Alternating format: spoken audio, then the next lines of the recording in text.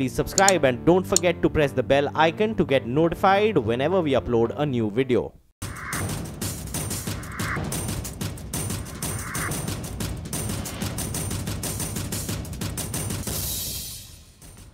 नमस्कार, कंज्यूमर अड्डा में आपका स्वागत है। आपके साथ मैं हूं विपिन भट्ट और आज हम बात करने जा रहे हैं कि महंगा तेल अब बिगाड़ रहा है खेल। जी हां, पेट्रोल डीजल की कीमतों में लगातार बढ़ोतरी हो रही है। 5 दिन हो चुके हैं और ये बढ़ोतरी जारी है। आज देश के महानगरों में पेट्रोल डीजल के दाम फिर से 10 पैसे प्रति लीटर बढ़ाए गए हैं। इसी के साथ डीजल के दाम अब तक के रिकॉर्ड स्तर पर चले गए हैं, जबकि दिल्ली में पेट्रोल के दाम 55 महीने के रिकॉर्ड हाई पर हैं। तो जिस तरीके से पेट्रोल डीजल लगातार महंगा हो रहा है, निश्चित तौर पर ये आम कंज्यूमर, आम उपभोक्ता, आम आदमी की जेब जला रहा है। यहां तक कि अब बीजेपी ने, यानी उस पार्टी ने जिसकी सरकार है, सरकार पर पेट्रोल डीजल पर एक्साइज ड्यूटी कम करने का दबाव बढ़ा दिया है और इसे जीएसटी के दायरे में लाने के लिए भी कहा। यानी कि अब पार्टी के अंदर से ही आवाज आ रही है कि हुजूर थोड़ा कम कीजिए, बहुत ज्यादा हो गया। अंतर्राष्ट्रीय कीमतें कच्चे तेल की ऊपर जा रही हैं, लेकिन आप इसे एक्साइज ड्यूटी कट करके सस्ता कर सकते हैं, आम लोगों को राहत दे सकते हैं। तो आज इसी पर हम अपनी बातचीत करने जा रहे हैं कि जब पेट्रोल डीजल सस्ता हुआ था तो सरकार ने उतनी राहत तो नहीं दी, लेकिन अब जबकि महंगा हो चला और सरकार के हाथ में है, तो क्या उन्हें ये राहत लोगों को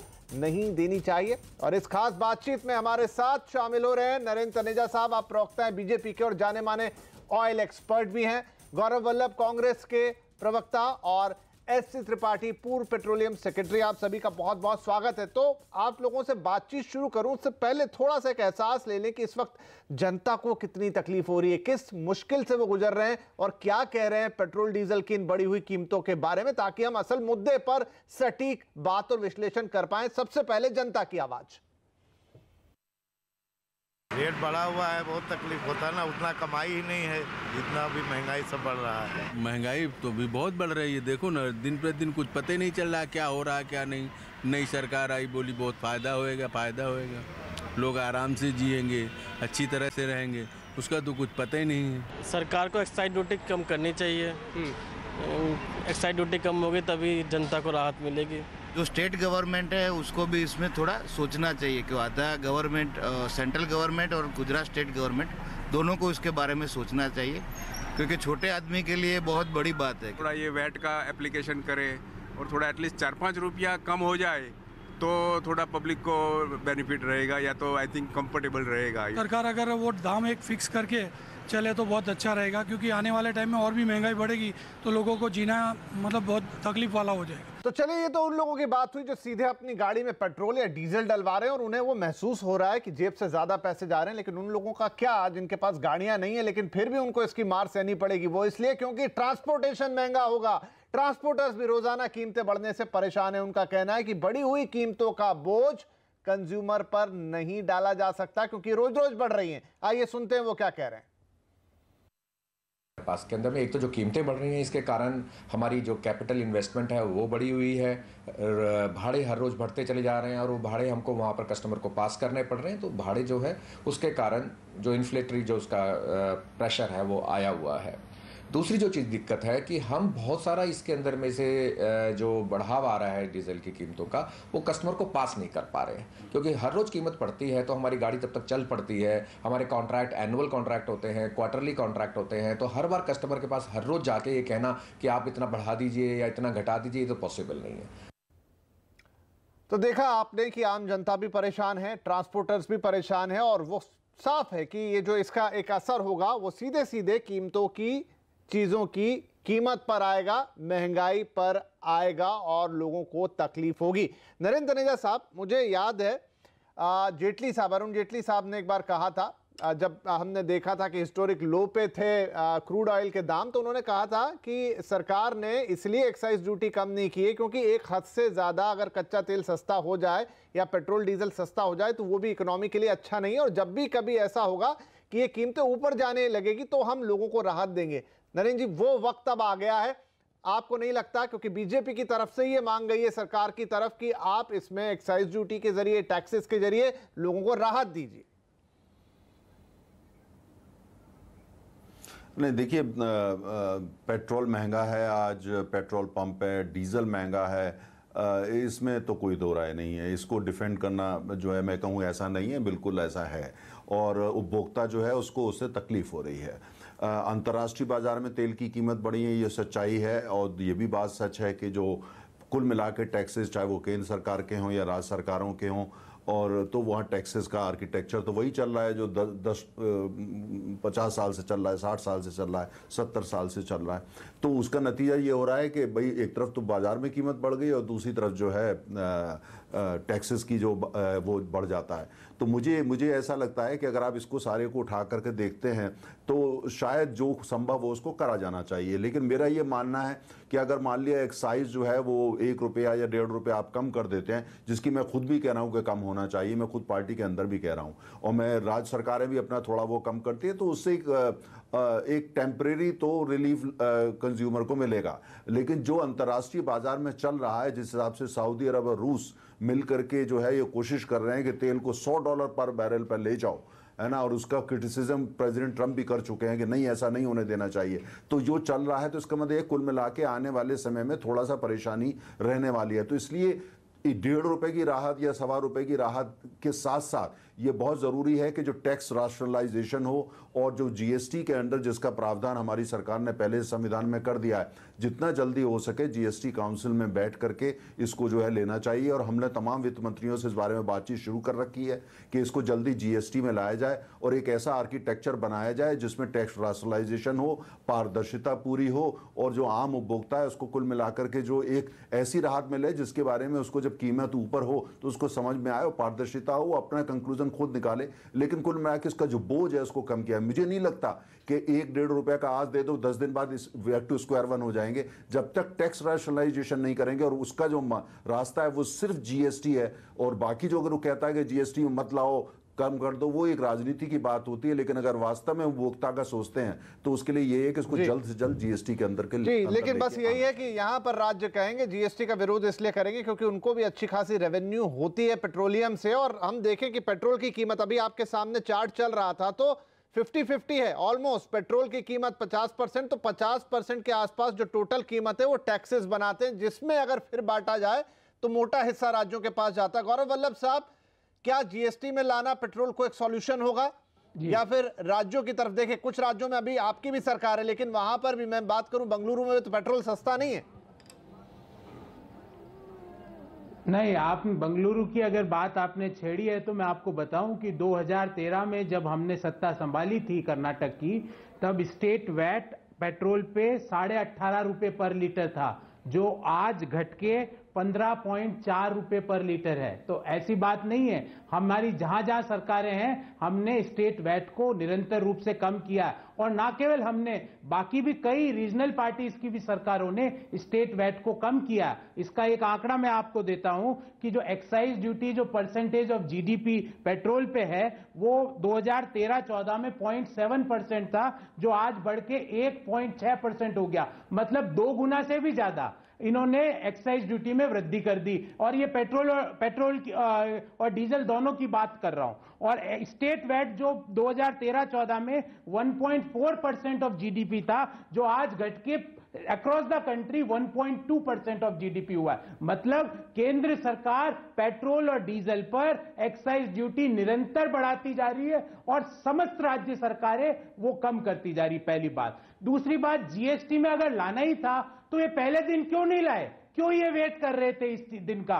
क्योंकि आपने जब जीएसटी में और चीजें लाए तो आपने एक वादा किया कि भाई आपका जो सैक्रिफाइस होगा आपको हम कंपनसेट करेंगे। वो के वो चीज ये पेट्रोल डीजल में भी कर देते, पर इनकी मंशा नहीं थी ये सब करने की। तीसरी एक प्रमुख बात मैं आपको बताना चाहता हूं, आपने कहा 50% टैक्स, 50% नहीं 55% आज पेट्रोल पे टैक्स हो गया, और निरंतर प्रतिदिन जो ये बढ़ रहा है। मुझे लगता है कि कि ये $100 के आसपास जब बैरल पहुंच जाएगा उस दिन ये एक्साइज ड्यूटी कम कर देंगे और कहेंगे एक्साइज ड्यूटी कम करने के बावजूद भी चलिए तो चलिए चौथी बड़ी सूक्ष्म बात बता, एक बड़ी छोटी सी बात भट्ट साहब बताता हूं कि ऑटोमोबाइल इंडस्ट्री को ये खत्म कर देंगे, क्योंकि पेट्रोल और डीजल का जो अंतर है वो अगर कम होगा तो ऑटोमोबाइल इंडस्ट्री पे देखिए वो अलग सवाल है। पेट्रोल डीजल के अंतर की बात पे हम जाते हैं। जी डीजल का पर्सपेक्टिव नहीं, ठीक है, वो आपका एक दूसरे तरीके से बात ठीक है कि वो उस डीजल का सीधा महंगाई से नाता होता है, ट्रांसपोर्टेशन कॉस्ट बचती है।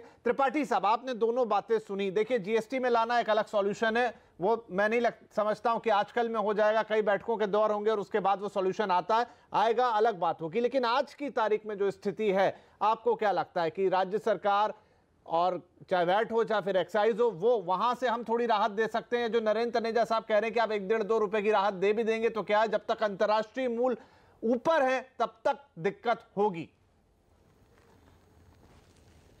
देखिए, इस विषय पर कई बार चर्चा हो गई है और कई महीने से चल रही है, तो इससे ये बड़ा स्पष्ट है कि केंद्र सरकार और राज्य सरकार आसानी से अपना जो सोर्स ऑफ रेवेन्यू है, जो कि एक बहुत आसान सोर्स है और काफ़ी पर्याप्त मात्रा में रेवेन्यू से मिलता है, और इसमें कोई लीकेज होने की गुंजाइश आसानी से नहीं है और कॉस्ट ऑफ कलेक्शन भी बहुत लो है, उसको कोई छोड़ना नहीं चाहता है। इस बात को हमें समझ लेना चाहिए। तो जब क्रूड ऑयल के दाम कम हुए तो केंद्र सरकार ने जो है वो एक्साइज ड्यूटी बढ़ा दी, डीलर्स के कमीशन भी कुछ बढ़ गए और मार्जिन भी बढ़ गई ऑयल कंपनीज़ के। तो अब ये बात सही है कि जो एक्साइज ड्यूटी बढ़ी उससे केंद्र सरकार का फिस्कल डेफिसिट कम हुआ, वित्तीय स्थिति सुदृढ़ हुई, अतिरिक्त संसाधन मिले, ये सब बातें हैं। अब इसको जब 100% से ज़्यादा बेसिक प्राइस का 100% से ज़्यादा टैक्स है एक्साइज ड्यूटी और वैट मिला के पेट्रोल पर, और 80% से ज़्यादा है डीजल पे, तो उसे तुरंत कोई 28% के जीएसटी में तो लाएगा नहीं, उसको धीरे धीरे ही लाना पड़ेगा। इसको टैक्स रेट को मॉडरेट करें, 100% और 80% को कम से कम एक रोड मैप बनावें कि साल 2 साल में उसे 50-40% पर लाएंगे, और फिर 2020-2021 के सेशन में या जब भी हो उसे जीएसटी में ला के 28% प्लस कुछ सेस लगा करके 40% पर लावें, और जब इनके अतिरिक्त स्रोत बढ़ जाएं, खर्चे थोड़े से मॉडरेट हो जाएं, तब उसे 28% पर लावें। क्योंकि पेट्रोल और डीजल ये आम आदमी के उपयोग की वस्तु है, ये कोई सिन गुड्स नहीं है। इस समय जैसे आपने कहा डीजल पे सारा पब्लिक ट्रांसपोर्ट चलता है, पेट्रोल पर 7 करोड़ 2 व्हीलर चलते हैं, लगभग 1 करोड़ गाड़ियाँ चलती हैं, सब मध्यम वर्ग के हैं। उच्च मध्यम वर्ग, उच्च वर्ग के लोग तो बहुत थोड़े से होते हैं, बाकी सब मध्यम वर्ग के लोग हैं और निम्न मध्यम वर्ग के लोग हैं। तो सबके जेब पर इसका असर पड़ता है, लेकिन इसका एक रोड मैप बनना चाहिए। तुरंत तो नहीं होगा, लेकिन रोड मैप की तरफ भी मुझे नहीं लगता है कि कोई बहुत कोई साकार पहल हो रही है। अगर हो रही है तो हम लोगों को जानकारी नहीं है। राइट, चलिए, लेकिन मैं यही समझ रहा हूं, जितनी बातचीत हुई कि जीएसटी एक सॉल्यूशन है, लेकिन वो लॉन्ग टर्म सॉल्यूशन है, वो एकदम से नहीं होने वाला है। लेकिन आज जो आग लग गई है, आज जो स्थिति बन गई है, उसका क्या सॉल्यूशन होगा? क्या सरकारों को अपनी जेब थोड़ी ढीली करनी चाहिए? जैसा आपने कहा बड़ा इजी रेवेन्यू है, कोई छोड़ना नहीं चाहता, तो कैसे या पूरी मार आम आदमी पे पड़ेगी? छोटा सा ब्रेक के बाद इस समस्या का समाधान ढूंढने की कोशिश जारी रहेगी।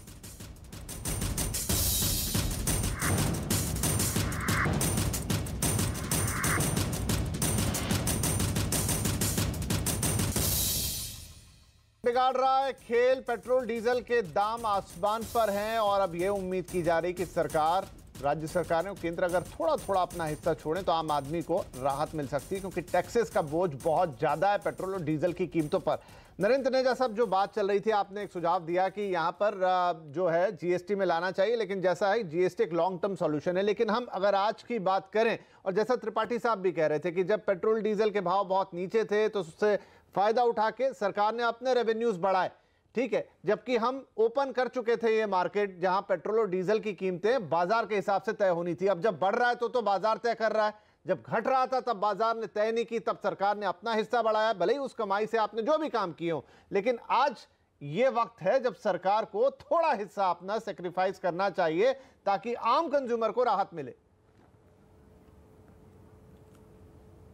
नहीं, देखिए, बाजार तब भी तय कर रहा था। डॉक्टर मनमोहन सिंह जब भारत के प्रधानमंत्री थे 2010 में, उन्होंने पेट्रोल डीजल दोनों को आपको पता डी कंट्रोल करा था। पेट्रोल उसी समय इंप्लीमेंट हो गया था, डीजल आप बाद में लोगों ने implement किया हुआ, लेकिन उनका बड़ा फैसला था, ऐतिहासिक फैसला, उन्होंने खुद उसको कहा था। अच्छा, उन्होंने ही कहा था यह ऐतिहासिक फैसला है। लेकिन यह कि अभी हमारी कोशिश दो तरफा है। एक तरफ तो हमारी ये कोशिश है कि जो आम आदमी है उसको महंगाई को ना बढ़ने दिया जाए, और जहां जहां डीजल का, क्योंकि डीजल का ज़्यादा असर पड़ता है जब भी महंगाई होती है। पेट्रोल तो मात्र 10% है जो टोटल जितना पेट्रोलियम प्रोडक्ट खर्च होते हैं। डीजल है बिग बॉय, बड़ा वही है, 40% से ज़्यादा उसकी भूमिका होती है। तो कैसे जो डीजल का इम्पैक्ट महंगाई पे आता है उसको नियंत्रण करें, वो हम कर रहे हैं। जहां जहां विकल्प दे रहे हैं, बिजली का उत्पादन मैंने बढ़ा दिया है, डीजल की जगह बिजली का करिए, सोलर उसका उत्पादन करिए। जहां पे होर्डिंग हो किसी तरह के लोग करते थे महंगाई लाने के लिए, उसको हम रोक रहे हैं। तो कुल मिला के चौतरफा अप्रोच है। एक तरफ तो महंगाई आप रहा, महंगाई आप रहा, ये अच्छी बात है, ये हॉलिस्टिक अप्रोच है, लॉन्ग टर्म अप्रोच है, लेकिन तुरंत के लिए मैं उसी मुद्दे पे आ रहा हूं जी। दूसरी नहीं लॉन्ग टर्म नहीं, मैं आज की बात, आप बोलने दीजिए, आप बुलाया है तो है ना, बोलने तो दीजिए ना। मैं आज की बात कर रहा हूं, लॉन्ग टर्म नहीं, मैं आज की बात कर रहा हूं। आप लॉन्ग टर्म कर रहे होंगे, मैं नहीं कर रहा, मैं तो आज की कर रहा हूं कि महंगाई को हम कंट्रोल करे हुए हैं, तो महंगाई को नहीं बढ़ने दे रहे, जिससे आम आदमी को जो है चोट ना पहुंचे। दूसरी तरफ ये जो डायरेक्ट जिसकी आप बात कर रहे हैं कि भाई ठीक है, आप जो पेट्रोल पंप है वो वहां पे जो हो जाए, हम उसकी तरफ भी कदम उठा रहे हैं, उसकी तरफ भी प्रयास उठा रहे हैं, जिससे कि, और राज्य सरकारों की आवश्यकता हो रही है, हम उनको भी बोल रहे हैं, कंपनियों को भी हमने कहा है कि आप अपने को एफिशिएंट बनाइए, जिससे कि आप अपना वो कर सके और कुल मिलाकर उसका बेनिफिट आम उपभोक्ता को पास, वो भी साथ साथ कर रहे हैं। कंपनियों के जीआरएम जो होता है, जीआरएम के ऊपर भी हम काम कर रहे हैं। तो चौतरफा अप्रोच है, खाली ये नहीं कि कीमत बढ़ा दी, हेडलाइन बन गई और पेट्रोल पंप पे 1 रुपया कम हो गया, लेकिन बाकी तरफ से मार दे दी। ये मैनेजमेंट हम नहीं करते। हमारा वो मैनेजमेंट है जिससे आम आदमी की अर्थव्यवस्था सुदृढ़ हो, मजबूत हो, और दूसरी तरफ लॉन्ग टर्म जो है वो जीएसटी। लेकिन तनेजा जी, पिछले 5 दिनों से तो भाव लगातार बढ़ रहे हैं, फिर कैसे आम आदमी को राहत मिलेगी? नहीं, आम आदमी को देखिए, आपको भी अच्छी तरीके से पता है कि 5 दिन में जो भाव बढ़े हैं उसका आम आदमी पे कोई असर नहीं हुआ।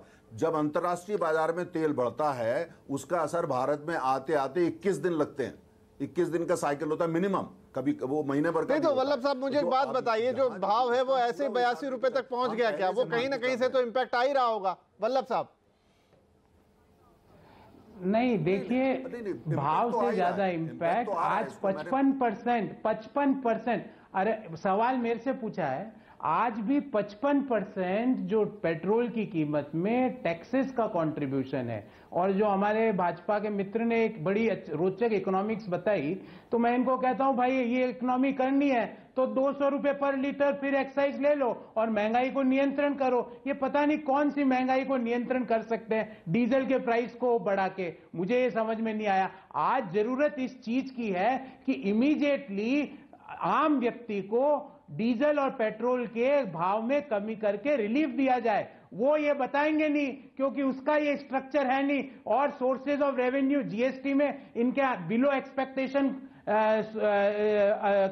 कलेक्शन हुआ है। तो अब बचा सिर्फ ये पेट्रोल से ही ये अपनी सरकार चला रहे, पेट्रोल की एक्साइज ड्यूटी से। फिर ये बोलते हैं कि हम ये करके ये, अरे सीधा साधा नियम है इकोनॉमिक्स में कि भैया जब 10% के आसपास डीजल प्राइस बढ़ती है तो सीपीआई 1 से 1.5% बढ़ता है। ये मैं नहीं कह रहा, इस पे रिसर्च हो चुकी है, पर आप ये नहीं मानोगे, ये तो कहेंगे हमने महंगाई को कंट्रोल कर लिया। आप लोगों को रिलीफ दीजिए इमीडिएटली और फिर लॉन्ग टर्म एक पर्सपेक्टिव बनाइए जिसमें जीएसटी में कैसे लाया जाए, राज्यों से बात कीजिए, उनको कंपनसेट करिए, जो उनका तो फौरी राहत की तुरंत जरूरत है। ये बात तो इत्तेफाक वाली है, फौरी राहत चाहिए। और जी बिल्कुल तुरंत राहत चाहिए, वरना चीजें बिगड़ेंगी। ये जो भट्ट साहब जो आपके टीवी स्क्रीन में जो पेट्रोल से एक एक बूंद गिर रही है ना, वो आम आदमी जब सुबह तेल भराता है तो उसकी आंखों के आंसू है। जी चलिए ठीक है, समझ रहा हूं इस बात को। मैं एक छोटा सा ब्रेक मुझे लेना पड़ेगा। नरेंद्र जी भी कुछ कहना चाहते हैं, त्रिपाठी जी भी। एक छोटा सा ब्रेक ले रहा हूं, आके चर्चा को कंक्लूड करेंगे कि जिस तरीके से हफ्ते भर में पेट्रोल ऊपर गया, डीजल ऊपर गया और लगातार होते होते 82 रुपए लीटर तक पहुंचा है, उससे राहत कैसे मिलेगी, क्या करेगी सरकार? छोटे से ब्रेक के बाद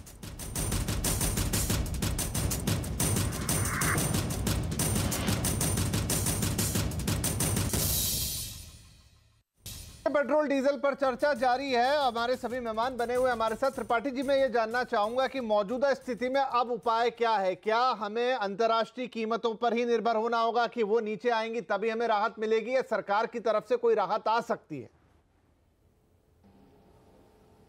सकती है। देखिए, सरकारें अगर जनता के सुख दुख में भागीदार हैं, तो जब जनता दुखी है तो उनको अपने टैक्सेस को थोड़ा मॉडरेट करना चाहिए। मेरे विचार से इस समय दोनों ही, केंद्र सरकार और राज्य सरकार, 2-2 रुपया प्रति लीटर कम कर सकते हैं। इसके साथ देखिए, जब दाम कम हुए थे तब कंपनियों की मार्जिन और डीलर्स के कमीशन बहुत बढ़ा दिए गए थे। इस समय 3-3.5 रुपया प्रति लीटर दोनों ही के मार्जिन और डीलर कमीशन है, जिसका मतलब, क्योंकि ये पेट्रोल पंप से करीब 15,000 करोड़ लीटर पेट्रोल और डीजल बिकता है, तो 45,000 करोड़ रुपए तो कंपनियों की मार्जिन हो गई और 45,000 करोड़ रुपए डीलर्स कमीशन हो गया। जबकि ये जीआरएम जो ऊपर है, यानी ग्रॉस रिफाइनिंग मार्जिन के ऊपर है, इस पे भी देखने की जरूरत है। वहां भी 1-1 रुपए की कमी आया। चलिए, तो आपने मुश्किल ये है गणित कि बताया। सरकार ने रेगुलेट करना बंद कर दिया। रेगुलेटरी बोर्ड बना हुआ है 12 साल से, लेकिन उसके पास, ठीक है, मैं एक लास्ट कमेंट ले लेता हूं। तनेजा साहब, अब केंद्र में भी आपकी सरकार है, बहुत सारे राज्यों में भी आपकी सरकार है। जो 2-2 रुपए वाला फॉर्मूला है, क्या हम उम्मीद करें कि हाल फिलहाल में फौरी राहत देने के लिए हमें होता हुआ दिखाई देगा? देखिए, जो देश में ज्यादातर राज्यों में हमारी सरकारें हैं, अगर कोई राजनीतिक दल राष्ट्रीय देश में है तो वो भारतीय जनता पार्टी है। ये छोटी छोटी पार्टियां 2-4 राज्यों में है, एक पार्टी है, बहुत बोलती है। ठीक है सर, 3.5 प्रदेशों पर हो पाएगा क्या? मेरे पास समय समाप्त हो रहा है। बोलती बहुत है, लेकिन मेरा सुन लीजिए मैं, अच्छा, उसके लिए हमारा हम जनता के संपर्क में, और इस बात को लेकर के जल्दी हम जनता के साथ में हैं, और जनता की क्या तकलीफ है हम उसको जानते हैं, और हम उस पर 24 घंटे काम कर रहे हैं। हम जनता को किसी भी हालत में कोई, तो उम्मीद करूं सर कि कम से कम 4 रुपए का फर्क जनता को जल्दी देखने को मिलेगा।